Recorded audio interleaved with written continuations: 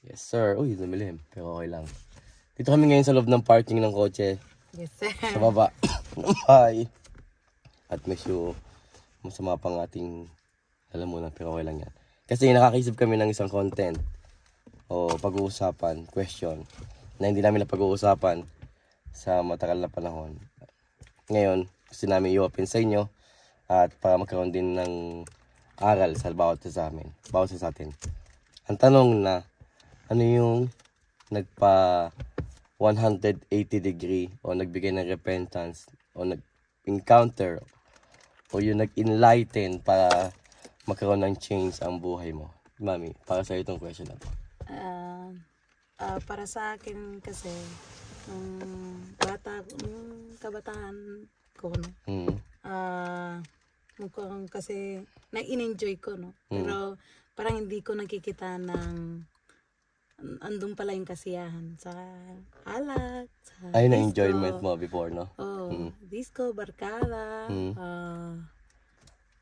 bisyo, mga ganon. Hindi ko, parang, pangsamantala, no? Parang may kulang pa. Parang empty pa rin. Oo. Empty. Kahit na pang nasubukan mo na yung mga ganung bagay, nasa tingin ng iba, is pag na-take nila yun, ayun yung nabibigyan ng fulfillment. Fulfillment. Parang sa'yo naranasan mo din yan, di ba? Pero hindi. Parang sa tingin mo may kulang pa. May hinahanap ka pa na ano. Tapos nung na-encounter ko sa Lord, ako, kahit laking church ako, no? Like me, di ba? Pero, kumbaga, napunta lang ako dahil yung mga magulang ko, pumupunta, niyayaya ko, pero Parang wala pa wala talaga pa yung, talaga yung faith ko kay Lord. Parang wala pang encounter talaga sa yung Panginoon. tunay na encounter. No? Kasi, laking church ako, pero syempre, may ano, ako doon eh. Yung parang, ang tawag dito, yung, parang yung gusto ko lang sa buhay, no? Hindi ko iniisip yung, ano kaya ang plan ng Lord sa akin? Ano yung kalooban ng Panginoon sa akin? Yung gusto mo lang mangyayari. Parang, Yung gusto ko ikaw lang. pa rin yung hari ng sa sarili mo decision. Parang ganun. Pero hindi pala ganun. Nung na-encounter ko si Lord. Nung na-encounter ko si Lord, biglang nabago lahat din ang pananaw ko eh. May taon ba yun? May exact year ba yun sa tingin mo? So, mga 2012? 12, yan na. Magkakasama nga tayo nun. Pero yung in-enjoy. Pero sabi natin, ay, hindi naman, parang hindi ka tunay na kukontento. Kasi pangsamantala lang yan eh. Parang lagi may yung pang missing piece na hinahanap tayo, di ba? Pagkakain nga, parang ganun kasi yung buhay eh. Parang akala natin before, ito yung magbibigay sa atin ng happiness ba? Kapag tinake mo to, kumbaga parang ginawa mo to, o nakisama ka sa bagay na makala mo masaya, yung pang, hindi ko naman sinasabi na, bagamat siyempre yung ayun talaga yung bigay ng mundo eh. Ayun lang yung binibigay ng mundo. And then, ano naman yun, nung na-encounter mo siya, ano yung naramdaman mo ba totally? Kasi siyempre, meron tayong tinatawag na yung parang first encounter, yung first love talaga. Ito yun talagang na-encounter ng Panginoon. Nung naranasan ko yun, I have decided na hindi ko na ibalik yung dati ko. Kasi, parang napuno na. parang may hindi ko na. na kailangan mga yan yes. Totoo yun. Parang, Hindi ko kailangan mag-take ng, makipaglasingan o ano, no? pang bumalik ulit sa ganung bagay. No? May Lord ako eh. So, yun yung parang na-fulfill, no? Yung pag, may Diyos ako, may Diyos na gumagalaw sa buhay ko.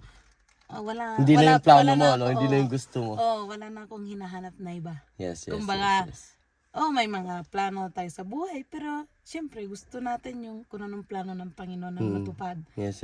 Lalo na sa, tapos din sa mga pinag-usapan natin, sa mga yung happiness, no? Yung hindi na doon. Kasi totoo, kasi alam ko, magkasama pa tayo sa dati. Nung nagkakilala tayo, parang nandun ka pa rin nun eh.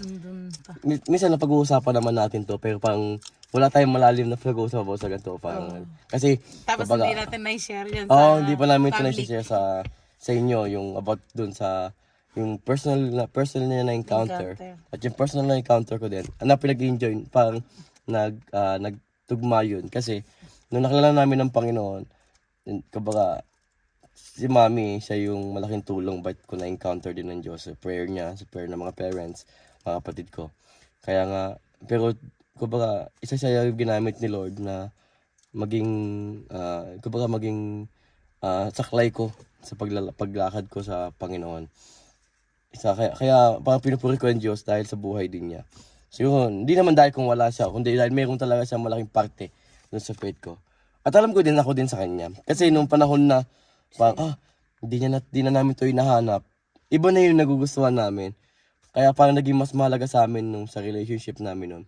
Nung naranasan namin nung wala pa, hindi pa si Lord yung sentro ng buhay namin dalawa. As a couple, iba yung enjoyment kung paano namin ni-enjoy yung pang sa amin dalawa.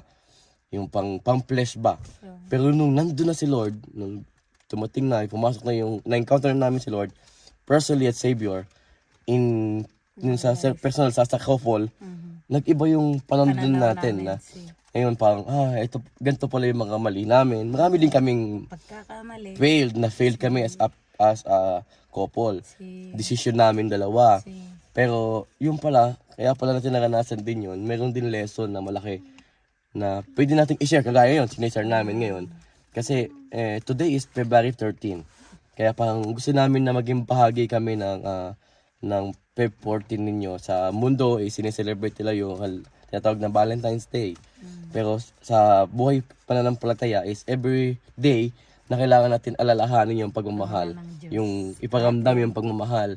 Yung Diyos na nagmamahal, na talagang the best magmahal, yung tinatawag unconditional love.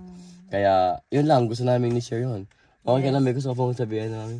Na encourage mo sila na about doon nga, sa love na naranasan natin sa Panginoon. Kasi, ang mga tao nagfe-fail yan. Tayong lahat nagfe-fail. Yes.